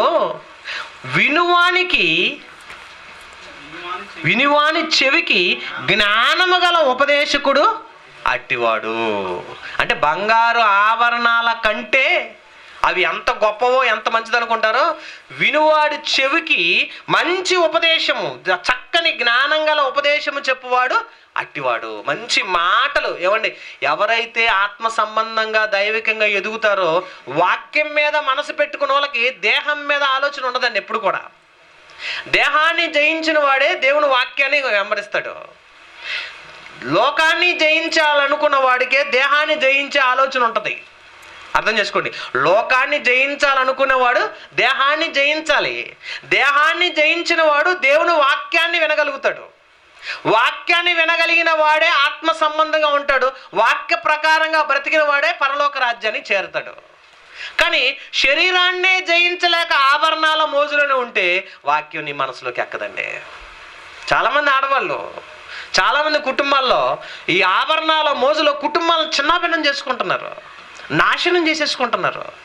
నీకు ఏది ఆభరణం, ఏది అలంకరణ అంటే వాక్యము. మంచి ఉపదేశకుడు, ఒక మంచి జ్ఞానం కలిగిన ఉపదేశకుడు బంగారు ఆభరణం కన్నా గొప్పవాడు. ఒక మంచి పాఠము, ఒక మంచి వాక్యము వివరించగలిగిన సమర్థుడు లోకంలో ఉన్న ఆభరణాల కన్నా విలువైనది. విలువ అంటే ఏంటో తెలుసా? వెండి బంగారాల కన్నా విలువైనది ఏంటది? దేవుని వాక్యం. దేవుని వాక్యము వెండి కన్నా బంగారం కన్నా అంత గొప్ప వాక్యాన్ని వెంబడించక బంగారం మీద మనసు పెట్టావంటే, వెండి మీద మనసు పెట్టావంటే నీకేం అర్థం కాలేదు? వాక్యంగా అర్థం కాలేదు. వాక్యం అర్థమైతే ఆభరణాల మీద మోజు ఉండదు. వాక్యం అర్థమైతే ఆభరణాల కోసం ఆరాటం ఉండదు. వాక్యంలో ఉన్నటువంటి మధురమైనటువంటి రుచికి నువ్వు అలవాటు పడితే ఆభరణాల గురించిన ఆలోచనే ఉండదండి. చాలామంది త్రాగుబోతూ వాళ్ళు ఉంటారు, తాగటానికి అలవాటు పడ్డారు. ఆ టయానికి అక్కడికి వెళ్ళందే వాడికి నరాలు పీకుతూ ఉంటాయి. ఏమండి? మా బంధువుల్లో ఒక ఆమె చచ్చిపోయింది. పాపం క్యాన్సర్ వచ్చింది. 2 పిల్లలు పుట్టిన తర్వాత క్యాన్సర్ వచ్చింది. భర్త ఏమో మిలిటరీలో జాబ్ చేసేవాడు. మిలిటరీలో ట్రైనింగ్ 15 సంవత్సరాల కోర్స్ అయిపోయింది, వచ్చేసాడు. భార్యను బాగా చూపించుకున్నాడు. 50,000 రూపాయల శాలరీ రోజుకి, నెల. ఆ 50,000 రూపాయల శాలరీతో ఆమెను ఎంతో బాగా కష్టపెట్టి చూశాడు. చూసినా కూడా క్యాన్సర్ వ్యాధి ముదిరిపోయింది, ఆమె చచ్చిపోయింది. బంధువులు వచ్చారు, స్నేహితులు వచ్చారు, అందరూ వచ్చారు. ఆయన భార్య చనిపోయిందన్న బాధతో ఉన్నాడు. హైందవ కుటుంబంలో అండి, మా హైందవ కుటుంబంలోంచి రక్షించబడ్డారు. పెట్టి పెట్టరు, కట్టెల మీద పెట్టి తగలబెట్టాలి. ఆమెను పాడి కట్టుకొని తీసుకొని వెళ్ళారు. వెళ్ళి ఆ పాడి మీద పెట్టి తగలబెట్టే టైంలో అందరూ గుసగుస ఏంటి గుసగుస అంటే నేను అర్థం ఏం మాట్లాడుకుంటున్నారు వీళ్ళని చూస్తున్నాను. అక్కడ ఉన్నటువంటి వాళ్ళందరూ తీరా తీరా తీరా అన్నారు. ఏంటంటే ఆమె చెవుకు 2 పోగులు ఉన్నాయి, ముక్కుకి ఒక పొడకుంది. ఊడదిద్దామని ఎంత ట్రై చేశారంటే పెళ్ళప్పుడు పెట్టారంట వాళ్ళ అత్తోళ్ళు దాచుకున్న పాపం. అవేమో తుప్పు పట్టిపోయినా ఉంటా, రాట్లా మట్టి ఉండిపోయింది, దాంట్లో ఊడతలా తిరగట్లా. భర్త ఏమో పక్కన కూర్చొని ఏడుస్తున్నాడు. వీళ్ళు ఏమకన్నా ఆభరణాలు ఎక్కువ, మనిషి ఎక్కువ బంగారం ఎక్కువ అండి? బంగారం ఎక్కువ మనిషి ఎక్కువ. నువ్వు మనిషి కన్నా బంగారం ఎక్కువ అనుకున్నావు కాబట్టి అది ఊడతలేదు, తీయాలి, కాసేపట్లో తగలబెట్టాలి. తగలబడిపోతే ఏమైపోతాయో, నువ్వు తీ అని చుట్టాలందరూ గొడవ. ఇంతలో ఒక ఆయన చేసాడు తెలుసా, ఊరుకోండి చెబితే ఎవరు తీరు అని చెప్పి ఆ పక్కన ఉన్న కొడవలు లాక్కొని చెవు అట్లా కోసేసి తీసేసాడండి. చెవును అలా కోసేసాడు. నేను ఆశ్చర్యపడి చూసి ఏంటంటే ఊరుకో చచ్చిన శవానే కదా, బంగారం కన్నా శవమే కదా అంటున్నాడు. శవం ఏమన్నా మాట్లాడిద్దా? శవం ఏమన్నా ఏడిసిద్దా? ఊరుకో అన్నాడు. చెవు అలా కోసాడు అండి. ఆ చెవు కోసాడు, ఈ చెవు కోసాడు, ముక్కు కాడ ఎలా కోసాడు తీసేసాడు. అయిపోయింది, తీసేయి పెట్టేయి అంటున్నాడు. బంగారం మీద ఎంత మూజా చూడండి. బంగారం ఎంత అండి, ఎంత విలువ అండి దాని మీద, అంత అంత ఆప్యాయత అనురాగం ఉంది బంగారం. మనిషి మీద ఏడిసేవాళ్ళు లేరు అక్కడ. అప్పటిదాకా వాళ్ళు వచ్చింది దానికోసం అనుకున్నా నేను. పాపం ఆమె మీద ప్రేమతో వచ్చారేమో అక్కడికి. ఈ ఆడవాళ్ళు వచ్చారు 2-3. ఇది తెస్తారో తీరో మరి వదిలిపెట్టేస్తారంటే తగలబెట్టేవాడు తీసుకుంటాడంట. అదొక బాధ. తగలబెట్టేవాడు తీసుకుంటాడేమో, ఈ బంగారం ఏమైపోద్దు, ఏదన్నా కానీ ఇది పోకూడదు, ఇది పోకూడదు. మనిషి పోయినా బాధ లేదు కానీ బంగారం పోకూడదు. ఎంత ఆలోచన అండి. ఈ లోకంలో ఉన్న మనుషుల ఆలోచన అలా ఉంది. కానీ దేవుని వాక్యం ఉంటుంది, ఒక బంగారు కమ్మి కన్నా, బంగారు కంఠభూషణ కన్నా మంచి ఉపదేశకుడు, జ్ఞానం గల ఉపదేశకుడు అట్టివాడు. అంటే బంగారు ఆభరణ భూషణాల కంఠం ధరించుకునే బంగారం కన్నా దేవుని మంచి ఉపదేశాన్ని బోధించేవాడు బోధలో ఉన్న వాక్యము అంత గొప్పది. అంటే బంగారం కన్నా గొప్పది ఏంటి తెలుసా? దేవుని వాక్యము. ఆ వాక్యమును నువ్వు ధరించాలి, అది కావాలంటున్నాడు. ఎందుకు ధరించాలి? కిందకు వెళ్దాం ఇంకో మాట. యెషయా గ్రంథము 49వ అధ్యాయము 18వ వచనం చూడండి. యెషయా గ్రంథం 49వ అధ్యాయము 18వ వచనం చూడండి. నీవు నా ఆజ్ఞలను ఆలకింపవలెనని నేనెంతో కోరుచున్నాను. ఆలకించిన ఎడల నీ క్షేమము నది వలెను, నీ నీతి సముద్రము తరంగముల వలెను ఉండును. ఏంటది? నువ్వు దేవుని వాక్యమును వినాలి, దాన్ని నేర్చుకోవాలని, దాన్ని నువ్వు ధరించాలంటున్నాడు. ఎవరికి ఉందండి ఈ ఆలోచన చెప్పండి. అది నీకు నీతి, అది నీతి ఇంత సముద్ర తరంగం వలె ఉండును, అది నీకు నీతి అంటున్నాడు. వాక్యం ఎంత గొప్పది అన్నప్పుడు శరీరం మీద ఎంత ఉంటుందండి. చాలామంది నిజంగా అండి దేవుని మనసు ఎరిగిన వాళ్ళు, మీకు తెలుసో లేదో, మా గుంటూరులో ఉన్నటువంటి సంఘంలో వాళ్ళు సంఘానికి పక్కన ఒక స్థలం కొనాల్సి వచ్చింది. దానికి ఆనుకొని ఉంది. అది అమ్ముడుపోతే సంఘం స్థాలదు, డెవలప్ అయితే పెద్దదైతే చాలదు. దాని ఖరీదేమో బయట కొనాలంటే రేటు 14 లక్షలు ఉంది. ఇప్పుడు కొనాలంటే ఏం చేయాలి? ఎవరి దగ్గర డబ్బులు లేవు. ఏం చేద్దామని సంఘంలో ప్రకటన చేసామండి. అమ్మ ఇది సంగతి, సుమారు 10 లక్షలకి అయితే వచ్చేసిద్ది మనకి, మాట్లాడదాం. 9,20,000 రూపాయలకి మేము మాట్లాడొచ్చాం, డబ్బులు కట్టాలి, ఎల్లుండే కట్టాలి, ఏం చేయాలి అన్నాం. సంఘంలో ఏం చేయాలనుకున్నారు కానండి, నిజ వాక్యం విన్న మన సహోదరులు ఉన్న పలంగా, భర్తలకు తెలియకుండా, కుటుంబంలో ఎవరో చెప్పకుండా ఉన్న పలంగా బంగారం తీసి టేబుల్ పెట్టారండి అందరూ. నిజంగా ఇది రియల్గా జరిగింది, ఏం నెల కూడా అవ్వలేదు. వాళ్ళ మెడల్లో ఉన్న బంగారం తీసుకొచ్చి అక్కడ పెట్టేశారు. అవి తీసుకెళ్ళి మేము బ్యాంకులో పెడితే 5,50,000 వచ్చినాయండి. కొనాల్సింది 9,20,000కి.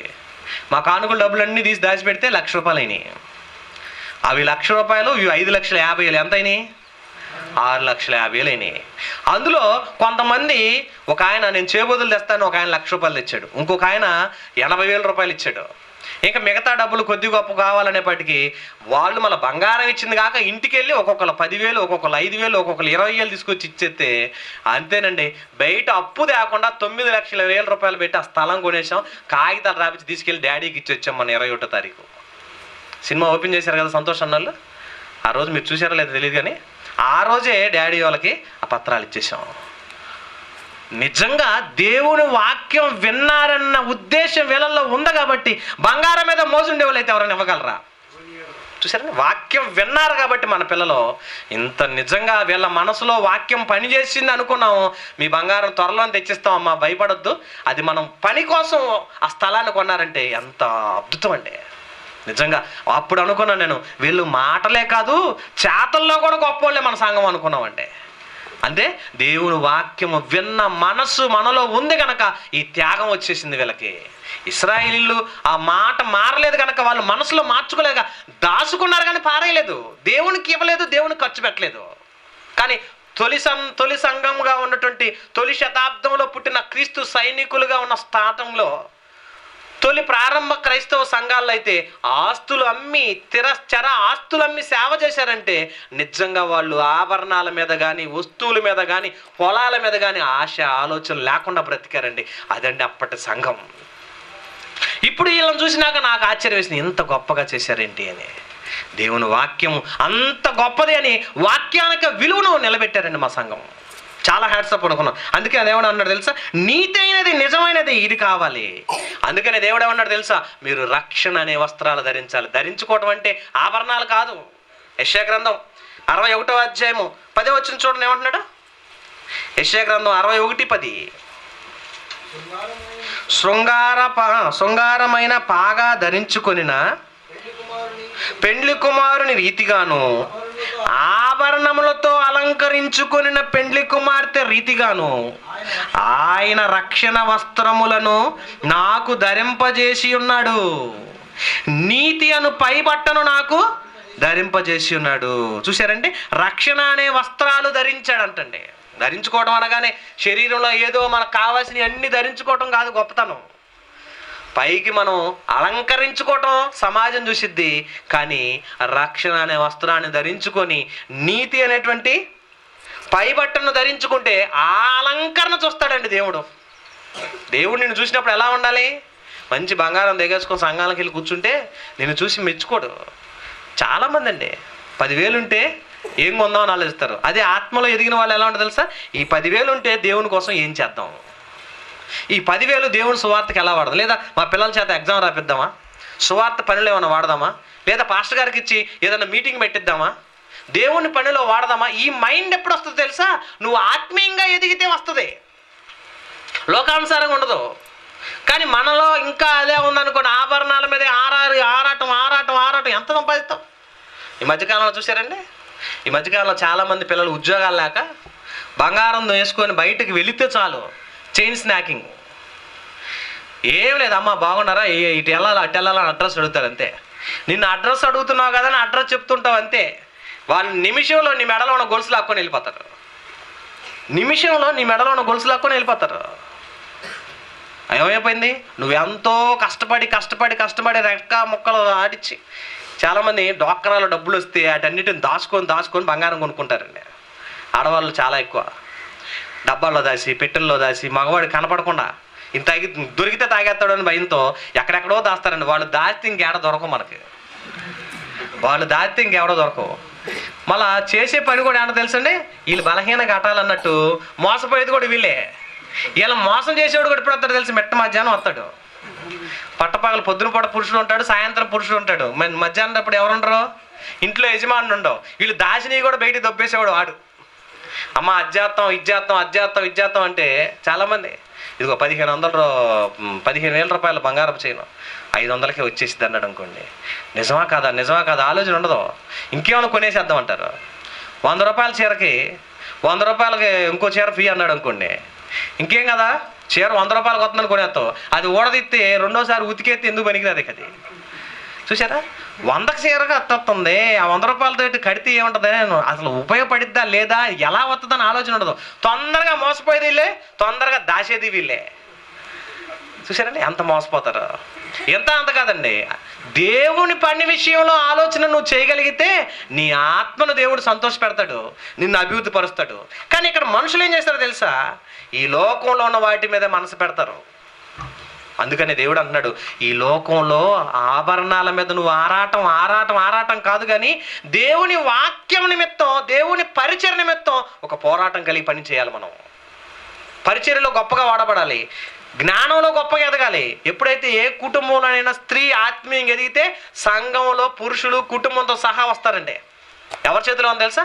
కుటుంబాన్ని కట్టుకునే బాధ్యత పని ఎవరికి అప్పగిచ్చాడు దేవుడు? స్త్రీకి అప్పగిచ్చాడు. కుటుంబాన్ని పోషించే పని బాధ్యత పురుషుడికి ఇచ్చాడు. సంపాదించు రావాలన్నా, వారికి కావాల్సిన ఆలాపాలన చూడాలన్నా. కానీ కుటుంబాన్ని ఒక మంచి త్రోవలో నడిపించాలంటే ఎవరి చేతిలో ఉంది? స్త్రీ చేతిలో ఉంది. భర్త తాగుబోతాడైనా, తిండిపోతాడైనా, మా ఇంటి పక్కన ఒక ఇల్లు ఉందండి, సాయంత్రానికి తాగి రావాల్సిందే, తాగందే ఇంటికి రాడైనా. తాగి వచ్చిన తర్వాత కొత్తలో మేము అక్కడ కొత్తగా ఇల్లు కట్టుకున్నప్పుడు కొత్తలో చూస్తుంటే నేను ఆశ్చర్యపోయా. పొద్దున పూట అందరూ బాగానే ఉన్నారు, బాగానే మాట్లాడు. నేను సాయంత్రానికి వచ్చాడు, భార్యను చుట్టు పట్టుకొని రోడ్డు మీద ఈడ్చుకెళ్ళి కొడుతున్నాడు. ఎవరు వెళ్తారు? ఇంటి పక్కన వాళ్ళు. ఏంటంటే ఒకరన్నా బాగోలేదంటే అది రోజు చూసేదేలేండి అంటున్నారు వాళ్ళు. ఏంటని అన్నానండి. ఏమన్నానంటే ఆ రోజు తాగొస్తాడు, ఏమో వచ్చేపాటికి కొడుకు డామినేట్ కానీ చికెన్ కానీ వండకపోతే కొడతాడు. కొట్టేది కూడా ఎలాగో తెలుసు, జుట్టు పట్టుకొని రోడ్డు మీద ఈడ్చుకుంటూ వెళ్తా కొడుతున్నాడండి. ఇంకాసేపు ఉండా చూశాను ఏమైందా అని. ఏమో అలిగి వెళ్ళిపోద్దేమో, పుట్టింటికి వెళ్ళిపోద్దేమో, ఏం జరిగిద్దేమో అని చూస్తే వాళ్ళిద్దరు కలిసి కూర్చొని ఆమె కొడుకు డామినేట్ వేసి అన్నం కలిపి నోట్లో పెడుతుంది భర్తకి. ఎంత ప్రేమ అండి వెళ్తే.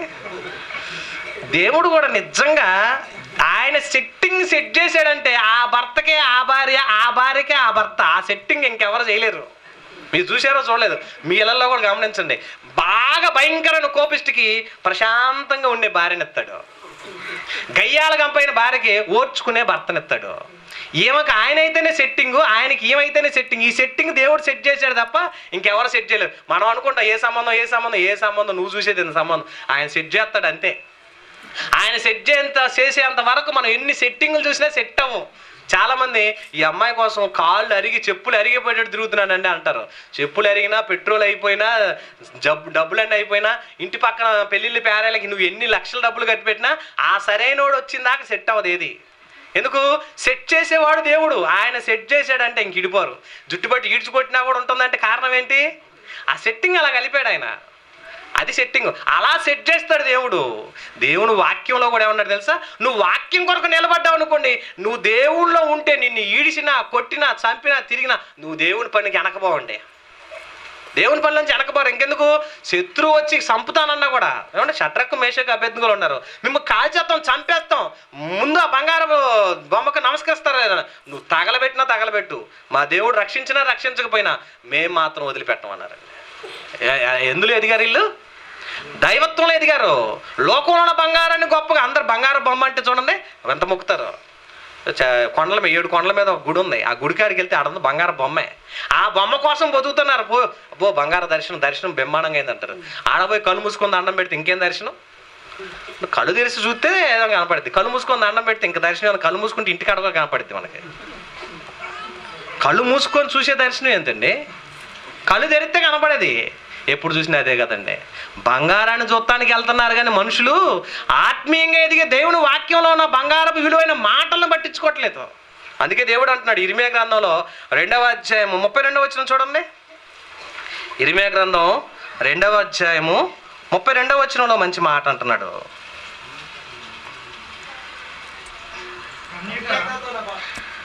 కన్యక తన ఆభరణములను మరచునా, పెండ్లి కుమారి తన వడ్రాణమును మరచునా, నా ప్రజలు లెక్కలేనన్ని దినములు నన్ను మర్చిపోయారు.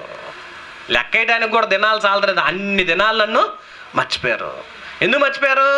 ఆభరణాల మీద మనసులు ఉంది, దేవుని మీద మనసు లేదు. నిజంగా అండి. ఇక్కడికి వస్తారు, బీరువా తాళం వేయకుండా వచ్చి కూర్చున్నారు అనుకోండి, ఇక వీళ్ళకి నెమ్మది ఉంటుంది. పాస్టర్ గారు ఎప్పుడు మొదలు పెడతారని టైం వైపు పాస్టర్ గారి ముఖం గడియారం ముఖం ఎప్పుడు ఇంటికాడ తాళం వేయకుండా వచ్చాను. బీరువాకు తాళం వేసిందో లేదని పక్కన పిల్లల్ని అడుగుతుంటారు, లేదా ఫోన్ చేసైనా పక్క వెళ్ళి అడుగుతుంటాం, ఇంటికి బీరువా తాళం వేసావా లేదా, ఎందుకమ్మా అని అన్నాను అనుకోండి, నేను ఇంటికి తాళం వేయడం మర్చిపోయొచ్చా. బంగారం ఉంది లోపల, దొంగోడు వస్తాడేమో, ఎత్తుకెళ్తాడేమో. వాక్యం మీద మనసు ఉండదు ఇక మనకి, దాని మీదే మనసు.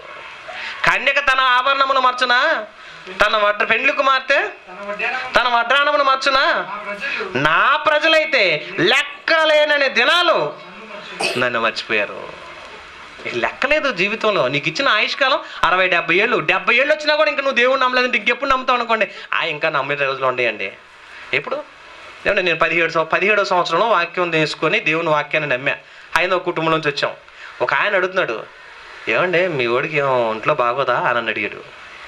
మా వాడికి ఏమైనా బెమానంగా ఉన్నాడు అన్నాడు మా నాన్నగారు.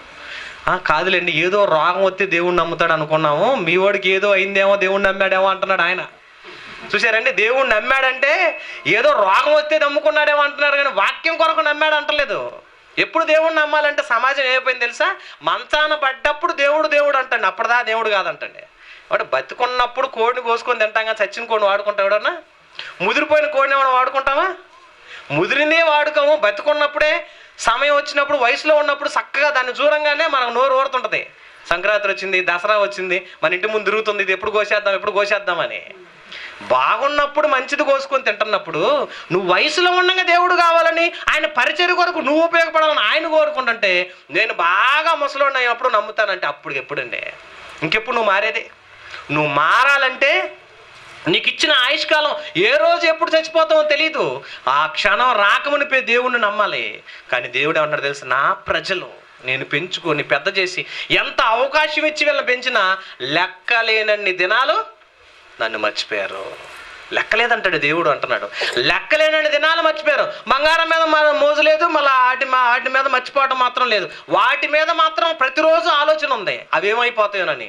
కానీ నన్ను మాత్రం వీళ్ళు గుర్తుపెట్టుకోలేదు. దేవుడు ఆవేదన అండి అది. బంగారం మీద, ఆభరణాల మీద ఇంత ఆరాటం ఉంది, కానీ దేవుని గురించిన పోరాటము, దేవుని గురించిన ప్రయాస ప్రజల్లో లేదంటున్నాడండి. ఇంకో మంచి మాట అన్నాడు. యెహెజ్కేలు గ్రంథం 16వ అధ్యాయము 17వ వచనం చూస్తే, ఈ భూమి మీద ఉన్న మనుషుల యొక్క ఆలోచన విధానాన్ని చూస్తే ఆశ్చర్యం వేసిద్దండి. యెహెజ్కేలు గ్రంథం 16వ అధ్యాయము 17వ వచనం చూడండి. నేను నీకిచ్చిన బంగారువియు వెండియునైన ఆభరణములను తీసుకొని నీవు పురుష రూపము విగ్రహములను చేసుకొని వాటితో వ్యభిచరించితివి. మరియు నీ విచిత్ర వస్త్రములను తీసి వాటికి ధరింపజేసి నా తైలమును నా ధూపమును వాటికి అర్పించితివి. భోజనమునకై నేను నీకు ఇచ్చిన ఆహారమును, గోధుమ పిండిని, నూనెను, తేనెను తీసుకొని ఇంపైన సువాసన కలుగునట్టు నీవు ఆ బొమ్మకు అర్పించితివి. అలాగున జరిగాను కదా. ఇదే ప్రభువు యెహోవా వాక్కు. ఏమన్నాడు? నాకు ఇవ్వాల్సినవి, నాకు పెట్టాల్సిన దౌపదైప నైవేద్యాలు, నాకు చేయాల్సినవన్నీ నువ్వు బంగారం, నేనిచ్చిన బంగారం, నేనిచ్చిన వెండిని ఒక ఆభరణంగా, ఒక వస్తువుగా, ఒక బొమ్మగా చేసుకొని దానికి అర్పిస్తున్నావు. నీకు తెలివి ఉందా, బుర్ర ఉందా లేదా అని అడుగుతున్నాడండి. చూడండి, బంగారం దైవమా, బంగారం నీకు దేవుడా అని దేవుడు అడుగుతున్నాడు. చూసారా? ఈ భూమి మీద ఉన్న మనిషికి బుద్ధి రావాలని ఈ మాటలు దేవుడు ఎప్పుడు రాశాడండి. వాటిని మనసు పెట్టావు కానీ నా మీద మనసు పెట్టలేదు. వెండి బంగారాలు ఇచ్చిన దేవుడిని నేనున్నాను, నన్ను మనసు పెట్టు, నన్ను వెంబడించు, నా మీద ఆరాటపడు, నా గురించి ఆలోచించాయి, నేను చేయాలనుకున్న పనులంటిలో నువ్వు సహకరించు, ఏది మేలైనదో ఏది ఉత్తమమైనదో దాన్ని వెంబడించని ఎంత చెప్పినా మనుషుల మనసుల్లోకి ఎక్కట్లేదండి. ఎక్కితే ఎవరో ఏం చేస్తాం తెలుసా? అసలు దేవుని పని మానేమండి. దేవుని పని మానరు. ఎంత కష్టమైనా, ఎన్ని శ్రమలైనా, ఎన్ని నిందలైనా, ఎన్ని అవమానాలైనా దేవుని కోసం నిలబడతారండి. అలా నిలబడాలనే దేవుడు తన వాక్యం అంతా అంతే రాశాడండి. ప్రతి విషయంలోనూ మనం పర్ఫెక్ట్గా ఉండాలి, ప్రతి పనిలోనూ దేవునికి ఇష్టంగా ఉండాలి. ఆ ఇష్టంగా ఉండాలనే దేవుడు ఎన్నో చక్కని విషయాలు రాయించాడు. చూసినట్టయితే సామెతల గ్రంథం 21:30 చూడండి, ఎంత మంచి మాట ఉంది ఇక్కడ. 21వ అధ్యాయము 30వ వచనం చూస్తే, యెహోవాకు విరోధమైన జ్ఞానమైనను వివేచనైనను ఆలోచనైనను నిలవదు. ఈ భూమి మీద దేవునికి విరోధమైనది, దానికి ఆయనకి ఇష్టం లేదు. నువ్వు ఆభరణాల మోజులో పడిపోయి దేవుణ్ణి వదిలిపెడతావనని దాన్ని వద్దు అన్నాడండి. ఎందుకు వద్దు అన్నాడంటే, అది నీకు జీవానికి మూలం కాదు. ఒకటి కలిమి విస్తరించడం అతని జీవానికి, నువ్వు అది కాదు నీకు మూలం. నీ మూలం ఏంటో తెలుసా? దేవుని వాక్యం, దేవుని పని, దేవుని పరిచర్య, నీ జీవితమే దేవుడు అందుకిచ్చాడు. ఇంకో విషయం చెప్పమంటారా? మన ఇండియా దేశంలో తప్ప ఇతర దేశాల్లో ఎక్కువ మంది బంగారం ధరించరండి. ఎందుకో తెలుసా? వాళ్ళకి దాని గురించిన ఆలోచన ఉండదు. మన వాళ్ళు అయితే అండి అసలు ఏది ఖాళీగా ఉంటే అది 5 ఏళ్ళు ఉంటే 5 ఏళ్ళకి పెట్టేస్తారు. అరికాలు మొదలుకొని అన్ని రకాల ధరించుకుంటారు. ఎంత అంటే మితం లేదండి. బంగారం షాపులో ఉన్న బంగారం అంతా ఇచ్చిన వద్దనరు, కానీ దేవుని వాక్యం అంత బంగారు వాక్యాలు 2 వాక్యాలు నేర్చుకున్నారు అమ్మంటే అస్సలు రారండి. దేవుని మీద మనస్సు ఉంటే నువ్వు నిరంతరము ఆయన గురించిన ఆలోచన ధ్యాస ఉంటుంది. ఆయన గురించిన మాటలు, ఆయన గురించిన ఆలోచన, ఆయన గురించిన ఆలోచన విధానం ఎంత గొప్పగా ఉంటుంది. కానీ ఏమంటున్నాడు తెలుసా? మంచి ఉపదేశము యెహోవాకు విరోధమైంది ఏది కూడా నిలవదు. నిలవని దాని మీద మనసు పెట్టి నిలుపుకోవడం చాలా కష్టం. అందుకే ప్రసంగి గ్రంథం 7:1 అంటున్నాడు, ఏది గొప్ప అన్నాడు తెలుసా? బంగారం గొప్పది కాదు నాయన, వెండి గొప్పది కాదు, సుగంధ తైలము కంటే కూడా మంచి పేరు గొప్పదే.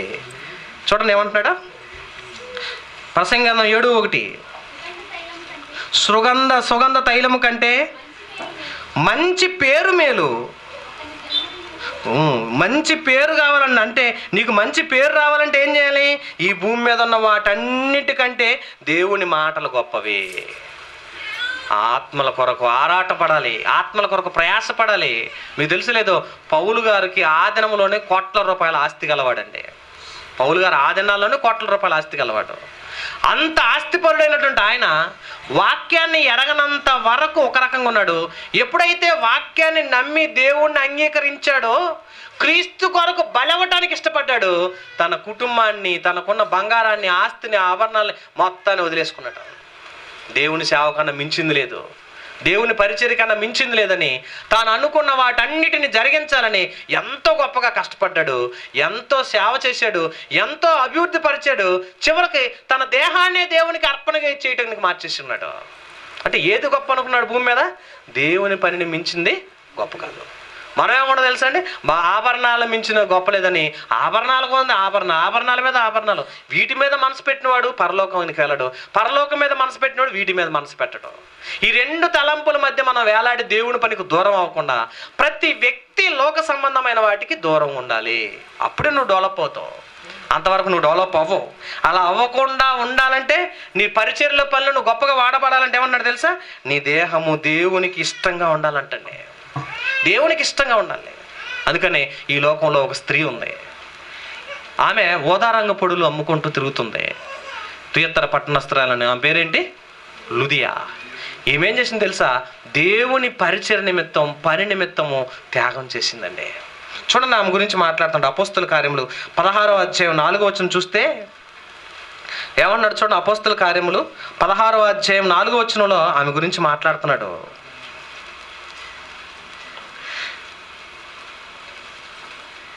16:4 ఏమంటాడు? వారు ఆ పట్టణముల ద్వారా వెలుచు యెరూషలేములో ఉన్న అపోస్తులను పెద్దలను నిర్ణయించిన విధులను గైకొనుటకు వాటిని వారికి అప్పగించిరి. కనుక సంఘములో 14 వచనమ్మా, అప్పుడు లుదియను దైవభక్త కలిగిన స్త్రీ విండుచుండెను. ఆమె ఓదా రంగు పొడిని అమ్ముకొను తుయత్తర పట్టణస్థురాలు. ప్రభు ఆమె హృదయమును తెరిచెను గనక పౌలు చెప్పిన మాటలందు లక్ష్యం ఉంచెను. అప్పుడు ఆమెయు ఆమె ఇంటి వారును బాప్తిసం పొందినప్పుడు ఆమె అంటుంది, నేను ప్రభువునందు విశ్వాసం గలవదానని మీరు ఎంచితే నా ఇంటికి వచ్చి ఉండుడని వేడుకొని మమ్మల్ని బలవంతం చేసెను. చూసారా, ఆమె నమ్మింది, ఆమె కుటుంబం కూడా రక్షించబడింది. మనం నమ్ముతాము, మన భర్తలు దేవుడి దగ్గర రారు, మన పిల్లలు దేవుని సన్నిధికి రారు. అంటే తేడా ఎక్కడుంది? నువ్వు నమ్మితే నీ ద్వారా నీ కుటుంబము, నీ పిల్లలు కూడా దేవుని సన్నిధికి రావాలి. మరి నీలో ఆ మార్పు ఏది? నీలో ఆ త్యాగం ఏది? నీలో ఆ పోరాటం ఏది? ఒకప్పుడు లోకంలో ఉన్నంతసేపు ఆభరణాల మీద ఆరాటం, క్రీస్తులోకి వచ్చిన తర్వాత ఏమన్నా తెలుసా? ప్రతి క్షణము దేవుని వాక్యాన్ని ఎవరికి వినిపించాలి. ప్రతిరోజు నేను సంవత్సరానికి ఎంతమందిని తీసుకొచ్చాను సన్నిధికి? ఒకసారి ఆలోచించండి. ప్రతి సంవత్సరం మీ తరపున ఎంతమందిని దేవుని సన్నిధిని నడిపిస్తున్నారు? చాలామంది ఏమంటారు తెలుసా? మా పని ఇది కాదండి, మేము వచ్చి వింటాం, వెళ్తాం. సంఘాన్ని బలపరచడం, సంఘాన్ని డెవలప్ చేయటం ఎవరి పని? సేవకుడి పని అంటారు. గొర్రెలు కాసే గొర్రెల పిల్లల కాపరి గొర్రెల పిల్లలను పెడతాడా? గొర్రెల పిల్లలను పెడతాయా? మీరు చెప్పాలి. ఇప్పుడు కాపరి పిల్లలను పెడతాడా? గొర్రెలే పిల్లలను పెడతాయా? గొర్రెలే పిల్లలు కానాలి. గొర్రెల పని ఏంటి తెలుసా? ఇక్కడికి వచ్చి విని నేర్చుకొని అక్కడికి వెళ్ళి అనేక మంది సంతతిని దేవుని సన్నిధికి కలపాలి. మీ పని. మీరేం చేస్తాం తెలుసా? మేము ఫలించం, మా పాస్టర్ గారు కనాలి. పాస్టర్ గారు అలాగంటాడు. పాస్టర్ గారు అలాగా అభివృద్ధి, మీకు వచ్చిన వాళ్ళకి సరైన మేతని ఆహారాన్ని పెంచి పోషించేది దేనికి తెలుసా? మీరు ఫలించాలని, మీ ద్వారా అనేకులు అభివృద్ధి చెందాలని మీ మీద ఆరాట పెట్టాడు దేవుడు కూడా. యేసుక్రీస్తు కూడా తాను తెలిసింది అనేకులు ప్రకటించాడు. ప్రకటించిన తర్వాత ఏమైంది? వాళ్ళు విని అనేకులను శిష్యులుగా చేర్చారు. ప్రతిదినము శిష్యులుగా చేర్చేశారు. ప్రతిదినము దేవుని వాక్యాన్ని ప్రకటించారు. ప్రతిదినము దేవుని సంఘాన్ని అభివృద్ధి పరిచారు అప్పట్లో. మరి మనం ఏం చేస్తాం? వింటాం, వెళ్తాం, ఇంటికాడకు వెళ్తాం. ఈరోజు అలోదర్ బాబు అన్నయ్య బాగా చెప్పాడు, సార్ పర్వాలేదు అనుకుంటారు, వెళ్ళిపోతారు.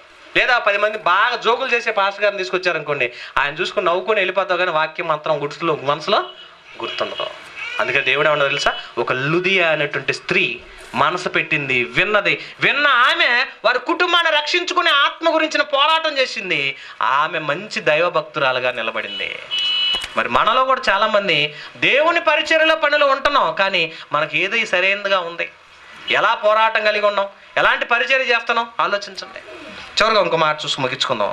ఈ భూమి మీద ఉన్నటువంటి మనము లోకంలో ఉన్న వాటి మీద కాకుండా ఒక మంచి బుద్ధి కలిగి ఉండాలి. తిమోతి రాసిన మొదటి పత్రిక 2వ అధ్యాయం 9వ వచనం చూస్తే, స్త్రీలు అనుకువయు స్వస్థ బుద్ధి గలవారినై ఉండి తగుమాత్రము వస్త్రముల చేతనే గాని జడలతోనైనను బంగారముతోనైనను ముత్యములతోనైనను మిగుల వెలగల వస్త్రములతోనైనను అలంకరించుకొనక దైవభక్తి గలవారమని చెప్పుకొను స్త్రీలకు తగినట్టుగా సత్క్రియల చేత తమ్ము తాము అలంకరించుకోవాలి. ఈ అలంకరణ ఏం చేయాలి తెలుసా? నువ్వు ధరించుకోవాల్సింది తెలుసా? సత్క్రియల చేత అలంకరించుకోవాలి. దేవుని వాక్యం చేత, దేవుని పనుల చేత నీకు అలంకరణ కనపడాలి. దేవుని చూడగానే ఎలా ఉండాలి? అరికాలు మొదలుకొని నన్నెత్తి వరకు బంగారాన్ని చూసి లోకం ఎలా మెచ్చుకుంటుందో, నీ క్రియలు, నీ సత్క్రియలు, నీ దేహం అంతా కనపడాలి దేవునికి. నువ్వు చేసే కార్యక్రమాలు, నువ్వు చేసే పనులు, నువ్వు చేసే పరిచర్య, నువ్వు చేసేటువంటి త్యాగం, నువ్వు చేసేటువంటి మంచి విశ్వాసం కలిగిన గుణగణాలు, వీటిని చూసి దేవుడు మెచ్చుకోవాలండి. అలా అలంకరించుకోవాలి ప్రతి ఒక్కరు కూడా. అలాంటి అలంకరణ కావాలని దేవుడు కోరుకుంటున్నాడు. కానీ మనలో ఎంతమంది ఇలాంటి అలంకరణ కలిగి ఉన్నామో చెప్పండి. ఆభరణాల మీద ఉన్న ఆరాటం మీద ఉంటుంది, కానీ ఆత్మల గురించిన పోరాటం మనం చేయటం లేదు. ప్రతి కుటుంబం, ప్రతి భార్య భర్త గురించి, పిల్లల గురించి ఏం చేయాలి తెలుసా? ప్రతిరోజు ప్రాధాయపడుతూ దేవుని సందు నడిపించే పని చేయండి. మీతో పాటు మీ కుటుంబం, మీతో పాటు మీ పిల్లలు, మీతో పాటు మీ మనవాళ్ళు మనవరాలు వాళ్ళే వస్తారు. మీరు ఒక మంచి నడవల్లో నడిపిస్తుంటే వారు ఆ నడవలో నడవటానికి అలవాటు పడతారు. ఆవు చేలో మేస్తే దూడ గట్టును మేసిద్దా అంటారు పెద్దలు. మనం ఏం చేస్తాం? మనం బాగానే ఆడవాళ్ళు చాలామంది ఈ మధ్య మా ఏరియాలో అయితే 9 తర్వాత సీరియల్ అయిన తర్వాత రావట్లేదండి ప్రార్థనకి. ఈ మధ్యకాలం ఏమైంది తెలుసా? 7ంటికో 6ంటికో మొదలవుతాయి అంటండి సీరియల్స్. 9 దాకా రావట్లేదు. ఈ మధ్యకాలంలో ఆడవాళ్ళు భోజనాలు కూడా పెడతారు భర్తలకి. 7 నుంచి 9 భర్త పొరపాటున ఇంటికి వెళ్ళి ఆకలి అవుతుంది అన్నాడు అనుకోండి, ఇంకా అవ్వలేదు అంటారు అంతే. పోనీ ఏం చేయాలి తెలుసా? వీళ్ళతో పాటు ఆ సీరియల్ చూస్తే కూర్చోవడం తప్ప. పోనీ ఆకలేదని పెట్టిన మధ్యలో అడ్వర్టైజ్మెంట్ వచ్చినప్పుడు కూర ఐటమో, అడ్వర్టైజ్మెంట్ అప్పుడు పెరుగు ఐటమో తప్ప మధ్యలో లేచి వెళ్తలేదండి వాళ్ళు. ఏంటి పరిస్థితి ఎలా అయిపోయింది? దారుణాతి దారుణం. నిన్నగాక మొన్న ఏదో కార్యక్రమం ఎక్కడో పిలిచారండి, వాళ్ళందరూ ఒక మీటింగ్ పెడితే అక్కడికి వచ్చారు ఆడవాళ్ళంతా. మర్చిపోయారు, మా బంధువుల్లో ఒక నిశ్చితార్థం ఉంటే అక్కడికి వచ్చారు. ఆడకొచ్చి కూడా ఏమన్నారు తెలుసా? నువ్వు ఆ సీరియల్ చూస్తున్నావా, నువ్వు ఈ సీరియల్ చూస్తున్నావా, ఇవాళ సీరియల్ చూస్తానికి కుదరలేదు అనుకుంటున్నారు. వాడేమైపోయాడు, ఈడేమైపోయాడు. ఏమంటే ఆడవాళ్ళు కలిసి కూర్చున్నా కూడా ఎక్కడన్నా దేవుని మాటలు వస్తేమని దేవుడు ఎందామని కూర్చుంటాడు. వీళ్ళ మనసు ఎలా ఉంది తెలుసా?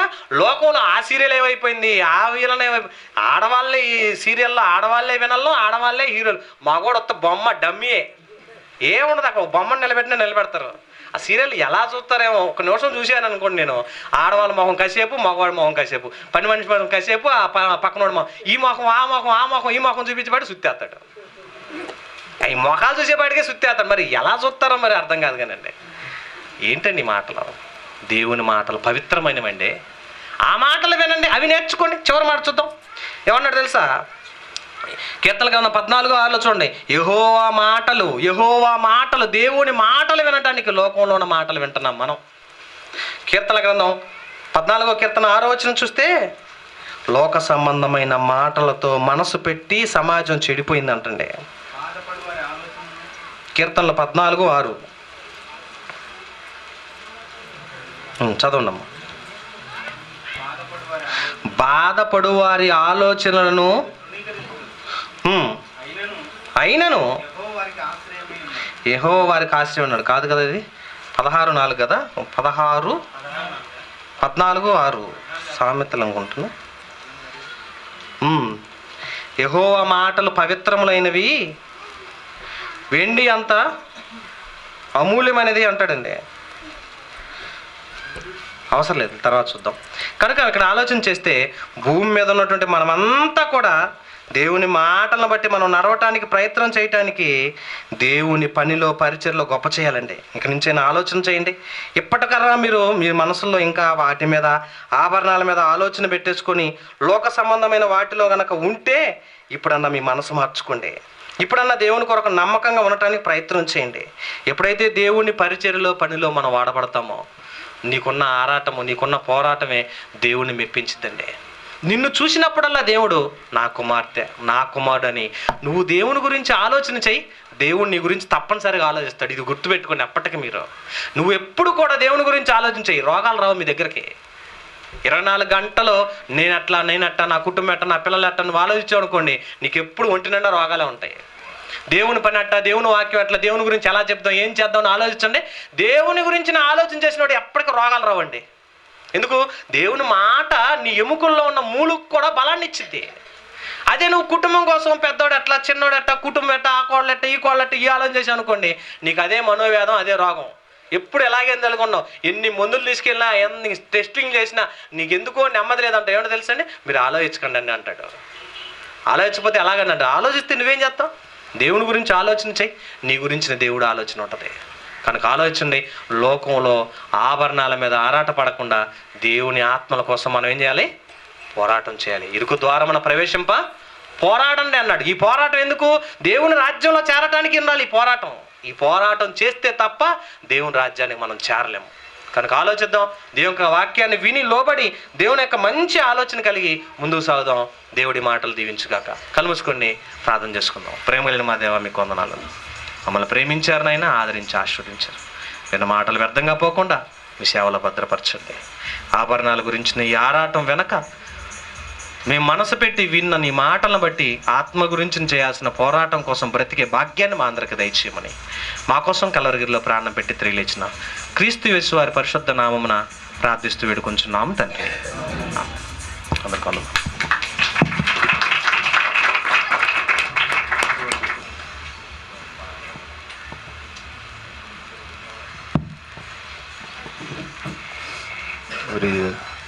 అమూల్యమైన వాక్యాన్ని తెలియజేసి